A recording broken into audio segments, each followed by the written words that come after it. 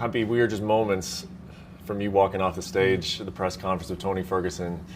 How would you put into words what just happened out there? Honestly, when I go to the press conference, I think I want to be nice, you know. I don't want to go crazy, you know. Yeah. But when he beginning to talk about like street fight, I go a little bit crazy, yes.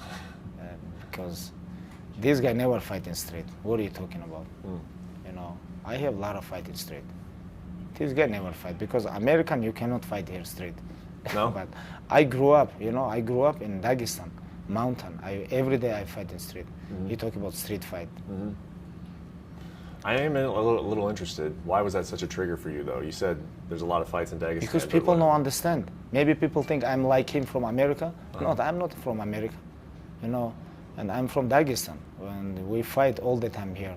There, like in school, like everywhere, like gym, like I have a lot of fights in street, you know. And when he talk about like street fight, you know, like I don't understand. This guy never fight in street. You guys have been through press conferences before. I can't recall off the top of my head a time where he's irritated you like that. Was this the first time that he sort of made you emotional or got under your skin a little bit? Honestly, you never see me when I go emotional. This is not. Yeah. This is not like when I go emotional like this. When I go emotional, I really go emotional. You know, this is nothing. You know, and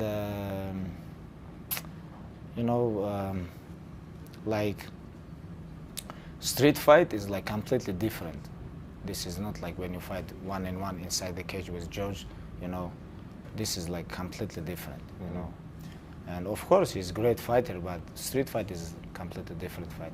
Do you think it meant something more because it came from him too? Because I feel like over the last couple of years, you've made it no secret. You hold him at a certain level in terms of a competitor. You know, so is that also maybe what he said about street fights bothered you, but also just you guys? It's time to have this fight, right? I mean, is that part of it? We're supposed to fight a couple of times, but right now it's time, I think. And 2 times he have injured, 2 times I have injured. And for my legacy, on my list, I need for Tony Ferguson, for sure. I need this guy name, you know. I put this guy name on my list, and then I can say, who else? And nobody can say nothing, you know. And, you know, I'm very excited about this fight. But about my emotional, you guys know I have, like, before I have a lot of beef, but nothing go inside my mind. Yeah, you know? we don't need to worry about you yes, being too fired up for this one. I'm relaxed. I have real Mexican gangster with me, you know. I have real Dagestan gangster with me, you know. Like, I have both sides, you know. I know Mexican people, I know Dagestan people, I know American people, but I don't like when people go, like, try to be fake. This is no good. You said something in the press conference that caught my attention. You said that, are you really worried that people will say, oh, he's 36, he's 37 years old? No, I'm not worried, but I understand this is very big excuse for people. They're gonna say, oh, if they fight before, like 4 or 5 years ago, it was interesting. But right now, okay, Khabib beat him, but he's like 37 years old. This is very big excuse for haters, for his fans, for him, you know. This is like what I think. Because always when I fight with someone, before fight, everybody talk about now is good challenge. After fight, bam. Everybody say, okay, we understand, Khabib take them down and dominate them, you know, like everybody say, before we understand, before we knew, Khabib gonna beat him. And, but right now, people talk about, okay, Tony Ferguson can win, Khabib can win, but okay, what they gonna say after fight? When I make him flat and smash him, you know, like when I beat him, what they gonna say? They're gonna say, okay, age. That's why I worry, you know. You've told me before that he has trouble with wrestlers, that you were there, you watched him fight Danny Castillo, and you felt he lost that fight. So knowing that, what do you think he's working on, and what do you think his strategy is going to be in this fight? I think nothing changed. I think he wanna stay long, you know, and reach, kick, jab, you know. If I come close, use his elbow. Like if I take him down, like play his guard, like nothing changed, you know. What he can change right now when he 36 years old, what he can change? Nobody can change nothing, you know. Like if you ask about me, about myself, I improve a lot. Like first of all, what I improve, I think I improve my ground game. Really? Yes, I'm. Like what part of it? like people talk about, oh, Khabib take down people, he mauled them. Like, this is not enough for me. Always when I watch my fights, after 3 months, I watch how I do this mistake. Like after 3 months, and I think I have to move this, I have to put my leg there. You know, like always I watch and I think, wow, 3 months ago, I do this 3 months ago. Now I'm different, you know. And always like I try to learn, you know. And I improve a lot with Javier Mendes, my striking game, my boxing, you know, like my distance, how I move, my footwork. And of course, nobody can be like perfect, but I know one thing, I improve all the time. I become better.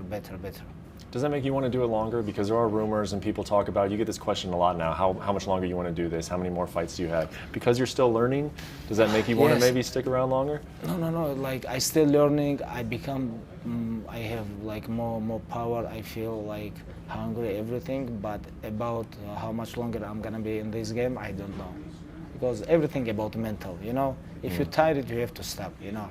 If you enjoy with this, if you understand, if your close people, your sparring partners, father, like Coach Javier, like Ali, like everybody say to me, hey, you become better, because they always honest with me. And I'm gonna keep fighting. If I understand my time I have to stop, I'm gonna stop, you know, because right now I'm 31 years old. This is like perfect time for lightweight division. I'm not 36 years old, and I think right now is like I have like my prime time. Because of everything that you think Tony is, and 12-fight win streak and everything that he represents, your greatest challenge in the lightweight division. Once you beat him on April 18th, who's left? Who's left in the lightweight division? Who's the real challenges that'll still make a point, like the kind of point that you want to make? Drama and money, this is Conor. Like if you talk about real fight, I don't know. Like we have a lot of very good fighters, but if I fight with them, I'm gonna be big favorite. Like not like with Tony or other guys. I'm gonna be big favorite. This is make sense? Or no? We have to think. You want that? Does that interest you? Like people ask me when after Conor, when they give me Dustin Poirier, where you get motivation? You know, I find.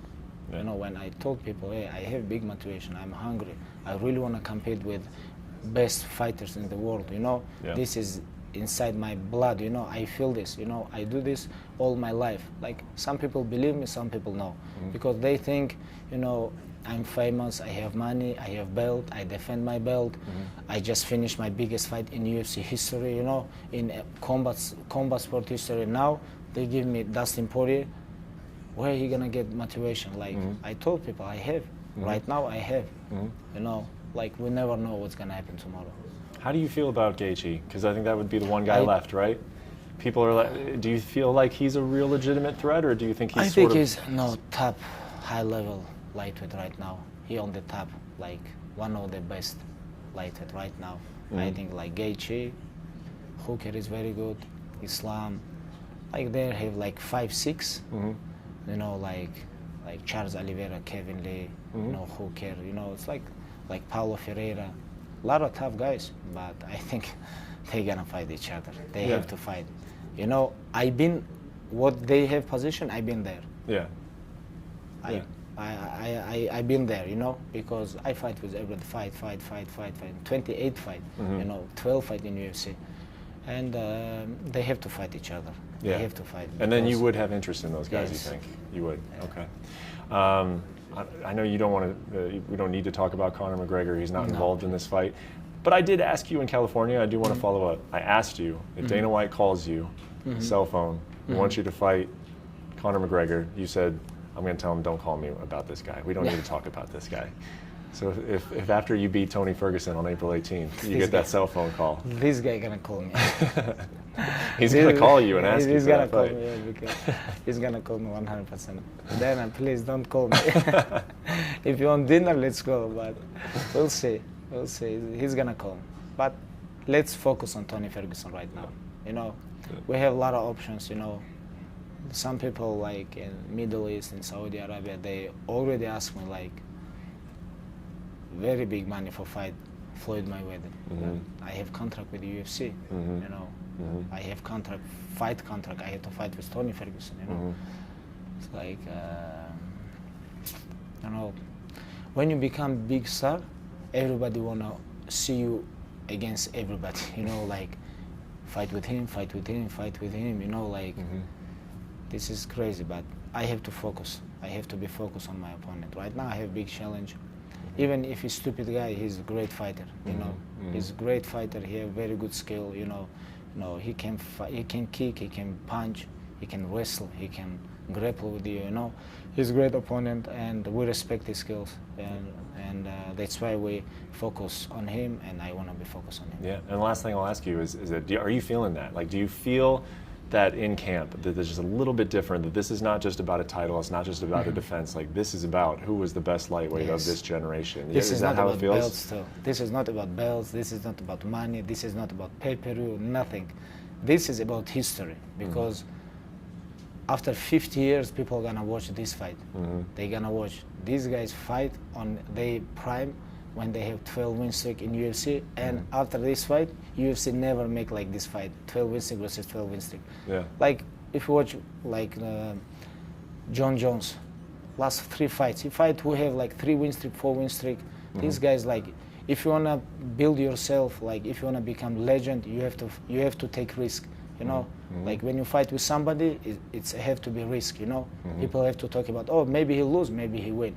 Okay, you win. Next fight, he have to be same. Like for example, Tyson Fury, why he become big?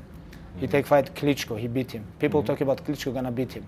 Then he fight Wilder, draw. Then again he fight Wilder. People talk about 50-50, or maybe Wilder gonna knock him out. But he come and smash him, you know, like dominate him. That's why he become big. You have to take challenge. You have to be like, people have to talk, okay, like maybe you're gonna lose, but right now what position we have? I'm gonna fight with Tony Ferguson. People talk about, oh, Tony Ferguson can beat him. This is his toughest challenge. This is what I like. Thanks for watching ESPN on YouTube. For more sports and analysis, download the ESPN app, and for live streaming and special content, subscribe to ESPN Plus.